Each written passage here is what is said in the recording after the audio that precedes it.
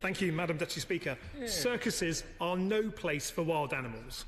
This is a view not only shared by animal welfare organisations, animal lovers, but by the vast majority of people across our country, and I'm very glad to see by members on both sides of this place here.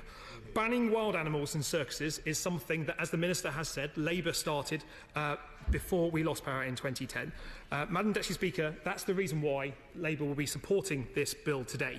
It's long overdue, but we're pleased that, having walked the tightrope of parliamentary time for many times, we are now at the arrival of this bill. And I'd like to thank members on both sides of the House for their advocacy for the wild animals, to make sure that we can have the greatest shows, circuses that don't have wild animals in them. In welcoming this bill, I'd like to echo some of the points raised by honourable members so far, including my honourable friend from Worley. And can I ask the Minister, where's the bill for increasing the penalties for animal cruelty? This is a welcome bill, but it's not the only bill that we need to have in relation to animal welfare. That's one of the promises that remains missing. The Welfare of Wild Animals and Travelling Circuses England regulations will expire in 2020, and it's right that the time is now to address this issue once and for all. Forcing wild animals to perform in circuses is one of the most archaic and inhumane forms of animal exploitation, and it is something that we should be clear that we no longer want to see take part in Britain. According to the latest figures from September, there are 19 wild animals currently owned by the 2 remaining circuses who use wild animals in their performances. Madam Deputy Speaker, I'll be very pleased that soon the 6 reindeer, the 4 zebras, the 3 camels, the 3 raccoons, the 1 fox, which isn't for hunting, the 1 macaw and the 1 zebu, which of course is a humped cattle, will soon be free from their lives while in circuses and able to enjoy the rest of their lives without being put on display for our entertainment. I've had a few questions in relation to this bill when I mentioned that I was going to be speaking in it. I'd be grateful if the Minister could just set out, because I believe there are a few people that want to know whether birds are also included in this bill. I believe they are, but it would be helpful if the Minister in her concluding remarks could set that clear for the record. Madam Deputy Speaker, the problem with the current set of regulations is if licensing conditions are met, there is nothing to stop more animals and different types of animals returning to the circus unless action is taken. The review of the science of the welfare of wild animals and travelling circuses by Professor Stephen Harris, commissioned by the Welsh Government and published in April 2016, provides strong evidence that wild animals in travelling circuses not only suffer poor welfare, but they do not have a life worth living. Every circus animal matters, and that's why we should have a situation where we have no wild animals in our circuses anymore. The report built on existing evidence that shows that the welfare needs of non-domesticated wild animals cannot be met within a travelling circus, and that is a conclusion that the opposition agrees with. I'm sure all honourable members are animal lovers, and I'm sure we can all agree that animals need a suitable environment to live in, they need an appropriate diet, they need to be able to express normal patterns of behaviour, they need to be housed properly, whether that's with or without other animals, and they need not to suffer. Wild animals used in travelling circuses are sometimes carted from one venue to another, sometimes in cramped cages and barren trailers, and are taught to perform tricks, often through fear of punishment. Animals are not suited to the travelling life in many cases, where they're denied their most basic needs. Madam Deputy Speaker, when animals suffer, we all suffer. Labour planned to put a ban on the use of wild animals in circuses in place before the 2010 general election.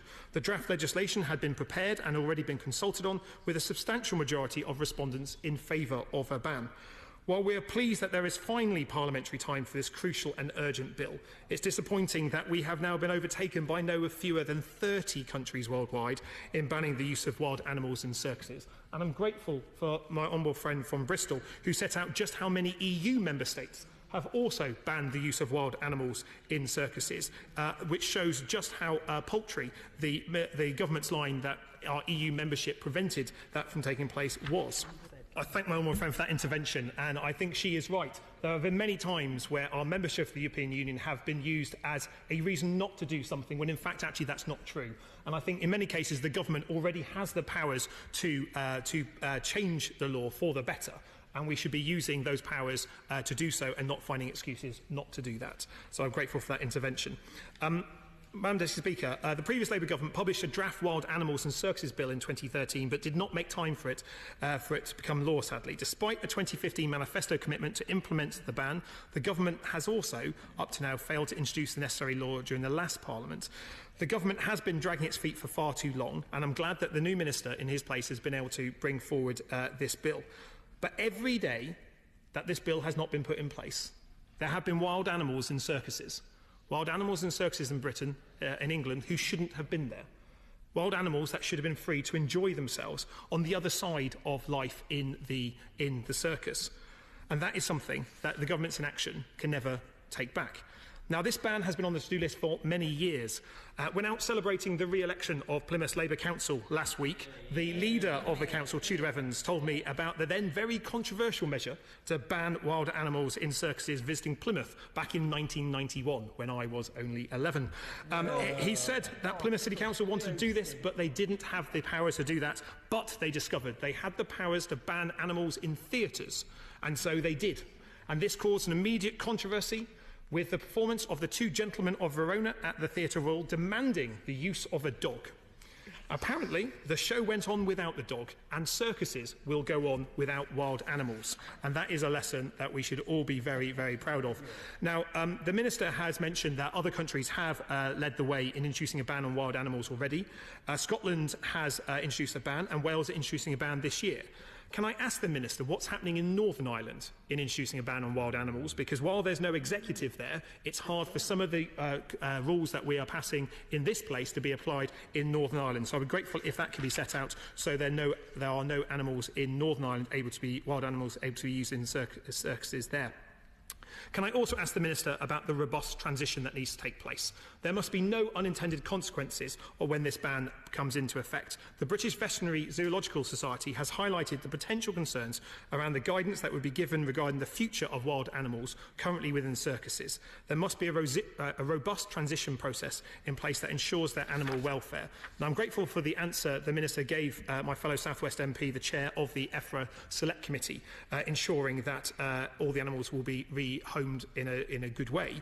But I'll be grateful if the Minister could give further reassurance that not a single wild animal used in a circus today will be put down because of this new law coming into effect. I'm sure there are plenty of animal lovers right across the country who would love to rehome any of those animals, the raccoons, the macaws, the zebras, the zebus and the reindeer besides. And we must make sure that no animals die because of this law.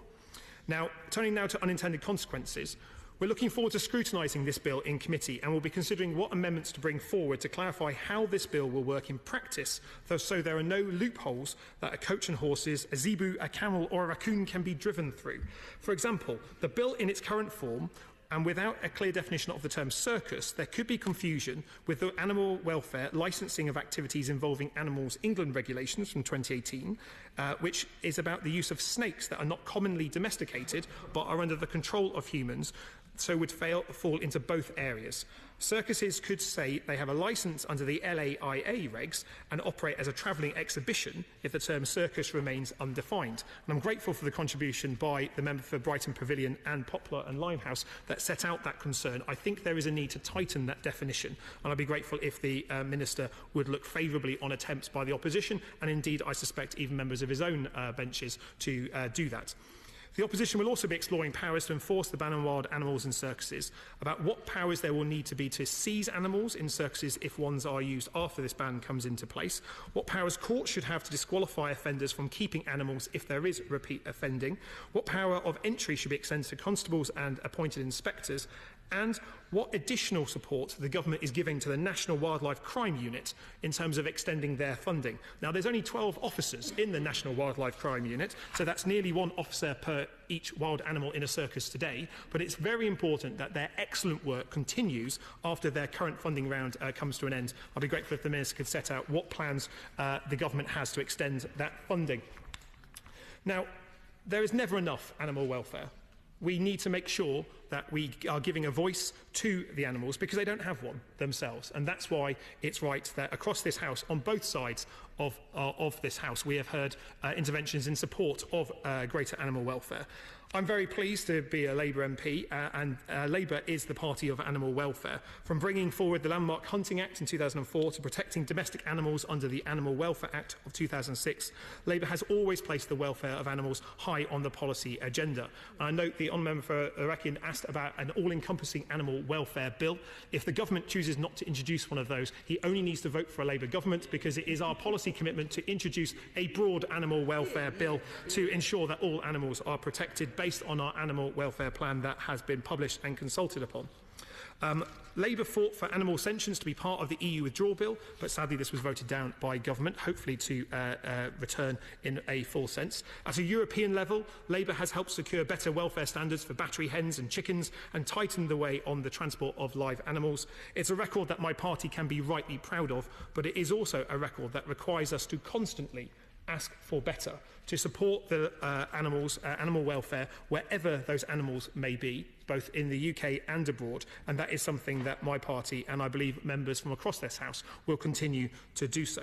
Madam Deputy Speaker, Labour will be supporting this bill tonight, and I hope that the Minister will take on board our suggestions in the good faith that they're intended. I think there is cross-party support for these measures, not only in this House, but also in the public at large, and Labour will be seeking to tighten those rules to make sure that there are no wild animals in our circuses, and that all those wild animals that are currently in our circus can have a good life after their days entertaining people have come to an end. Thank you, Madam Deputy Speaker.